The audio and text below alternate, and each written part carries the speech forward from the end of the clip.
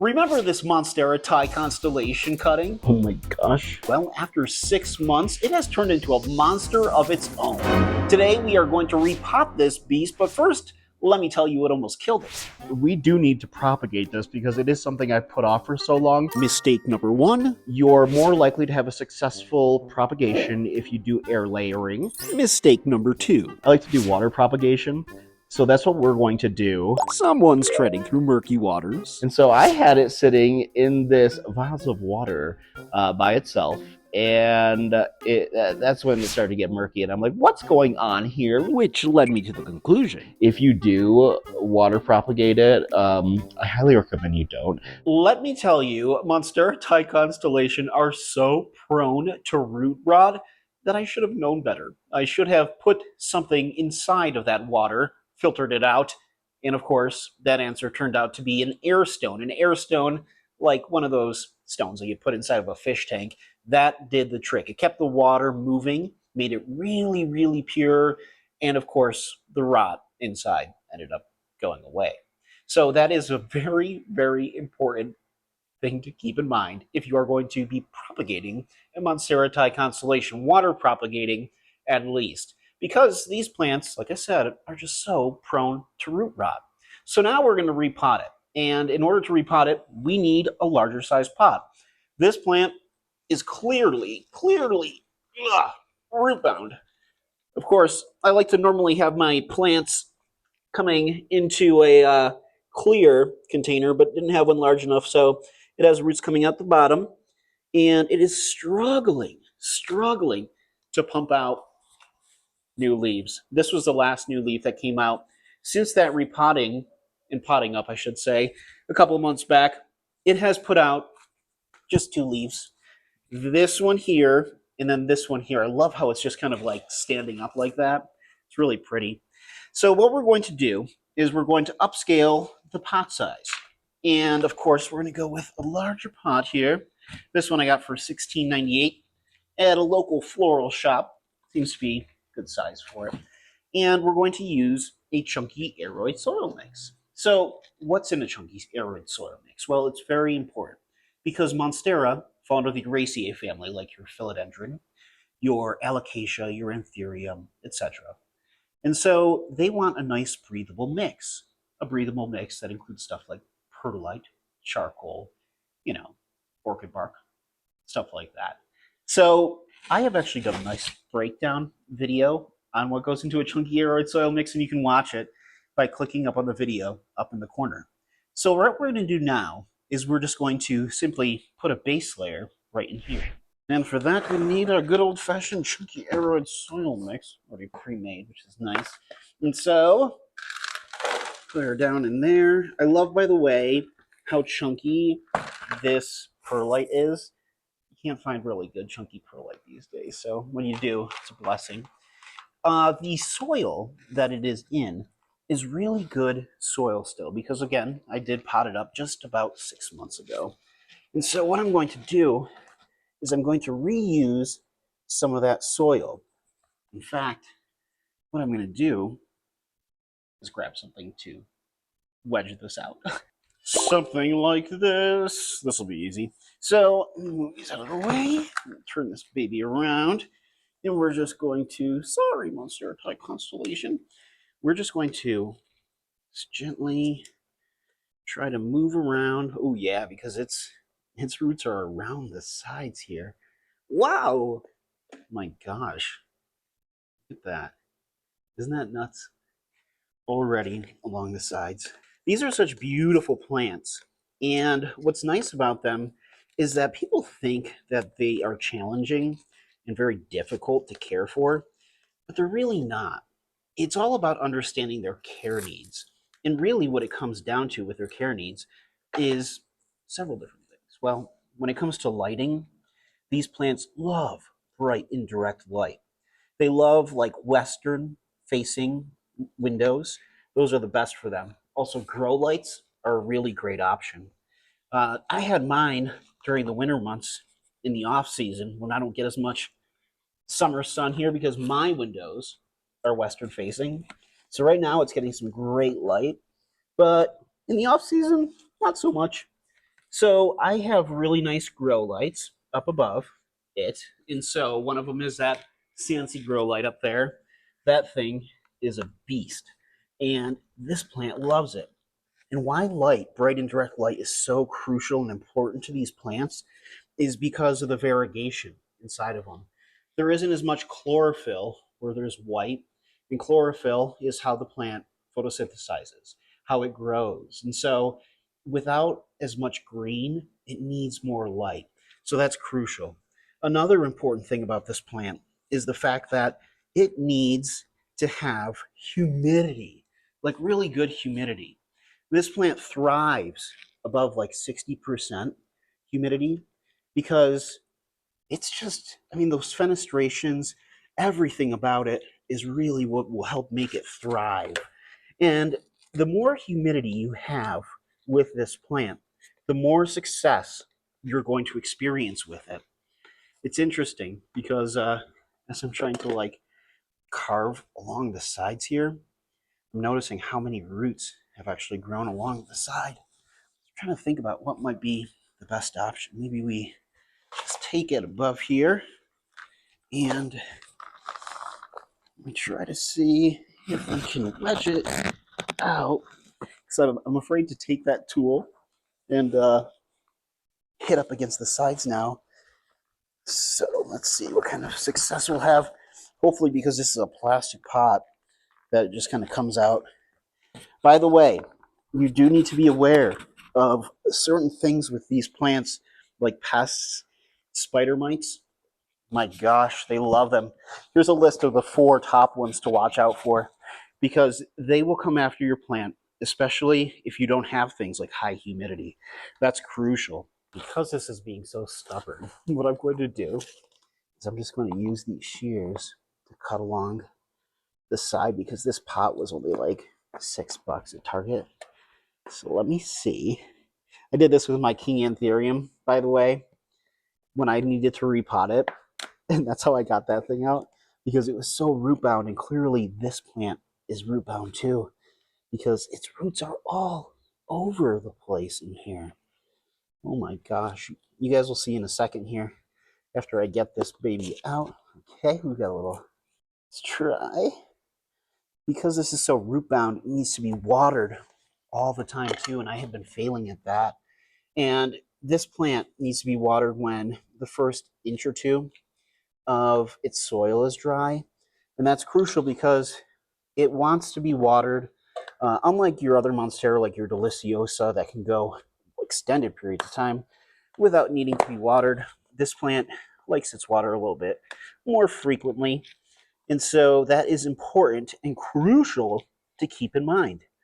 Airflow is another important aspect of this because when you're dealing with high humidity, and a plant like this, a tropical plant, you're going to want airflow so the humidity doesn't sit stagnant because, again, even though this plant does love its moisture, it doesn't like to be sitting in it because it is prone to root rot. And so having good airflow with it is also crucial. And another important aspect of that, a little tip, by the way, is that if you want these leaves to get nice and big and fenestrated, airflow will help out with that as well because airflow helps harden off those leaves as they're coming out. And so you'll start to see right here what I'm talking about with all of those roots. Look at that. Isn't that nuts? That's just crazy. I didn't realize that that's how many roots it had grown. Because when you look at the side-by-side comparison of this plant when I first propagated it, those roots were just, there were some nice sized roots that had grown in, but not as many as this, that's for sure. I'm going to show you another side by side comparison here in a second, as soon as we can make some more headway here without trying to disrupt the root system.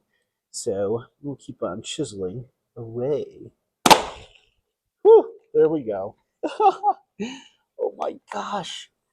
I didn't realize how massive these roots have gotten on this thing. That's what it was. That's why it wasn't doing well because It was Rootbound. Oh my gosh, look at this. Whoa. I'm just going to gently loosen up some of the roots here on the bottom. Oh my gosh. Look at this. Okay. And then look at 6 months ago. 6 months ago, when I was potting this plant up for the first time, the roots then compared to the roots now. Isn't that nuts? Oh my gosh, what a difference 6 months will make. Woo. Wow. Okay. So we're just going to gently loosen some of these up here to not disrupt the root system too much. I also, from what I can see, didn't lose any roots in that process. It's worth sacrificing a cheap pot for roots. I don't mind cutting them open, slamming them open with a hammer. I've done that before plenty of times in order to protect this plant. Oh my gosh, look at those roots, how thick they are. Wow. Yeah. Gently loosening these up. That way they can climb around in their new home, which will be that big pot behind me. Oh my gosh, I was not expecting this. This is insane. Yeah, Monstera grows some really thick roots, but 6 months later, this plant, wow, that's nuts. I recently repotted my Monstera elbow, and that plant was so root bound. Look at this side by side. Oh my gosh, that poor baby, but it's doing really well and has been popping out brand new leaf after brand new leaf. And this plant has just been struggling to pop out new leaves because clearly it just ran out of space. So we just move it around that way. And now these roots will be able to find their way around in new space. And potting it up is simple. Obviously, you just select a pot, a larger pot, upscale, a little bit bigger. This one is a little bit bigger, which is nice. And then you're going to want to put the soil in and then just plop the plant in there. A pole is optional. Funny enough, I actually did start growing this plant on a pole, but then I got nervous about it and I was like, I don't know if I want to do that. And so I stopped. Okay, so now that we have enough of this, yeah, there we go. Just getting around these bottom parts here. Try not to tug too much on this leaf over here, this stem, because it's a new one. Excellent. Okay. I love repotting plants because it just goes to show how much growth they experience. And I asked you guys in a YouTube community poll how many of you own a Monstera Thai Constellation. Over 160 of you weighed in, and 51% of you said you own one. So they are definitely a hot plant to have. So put this baby right here for now. And then we're going to take our new pot and probably gonna put a little bit more base layer of soil in there. And then we're just going to plop it on in. It's that simple. There we go. Perfect. Look at that. It's got so much more space. I'm actually going to give it a little bit more of a heavier top layer as it's hitting the camera there. Let's see here. There we go. Good thing I made a lot of this chunky Aroid soil mix. Oh my gosh. Okay. Here we go. Yeah, that's perfect. Excellent, excellent. So now we shall begin to fill around the plant and make sure that it is just full.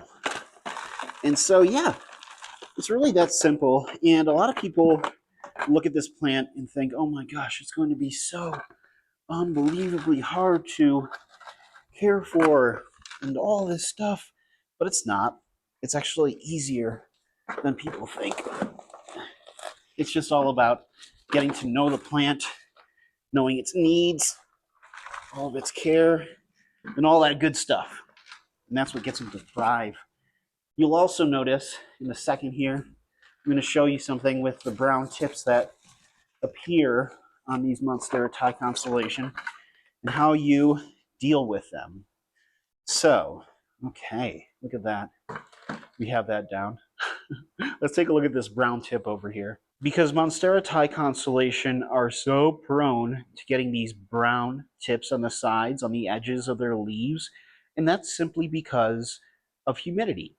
If the plant is lacking its humidity needs, it will start to brown up on the edges. So the way of getting around that is to just increase the humidity around the plant. That'll help out a ton. Also, if you want, you can trim off those edges, those brown edges. Just don't go into the colored parts of the leaves because that'll affect and impact the plant overall. So there we go, all set in its new home, its new pot, and its new soil. Can't wait to see this plant grow. I'm curious to know in the comments, let me know what sort of Monstera growth have you seen? What is your craziest Monstera growth story? Let me know. Hey, as always, I want to thank you guys for watching another one of my planty videos. And if you haven't already, please like this video, subscribe to my channel, and hit that notification bell for more fun and interesting planty content just like this. If you're a fan of Monstera Thai Constellation, by the way, highly suggest you check out this video in the corner, because that'll tell you an exact way to get their leaves to balloon in size. It's a simple process, very, very simple, and it explains it all right there. It's one of my favorite videos that I've done on YouTube here. Check it out.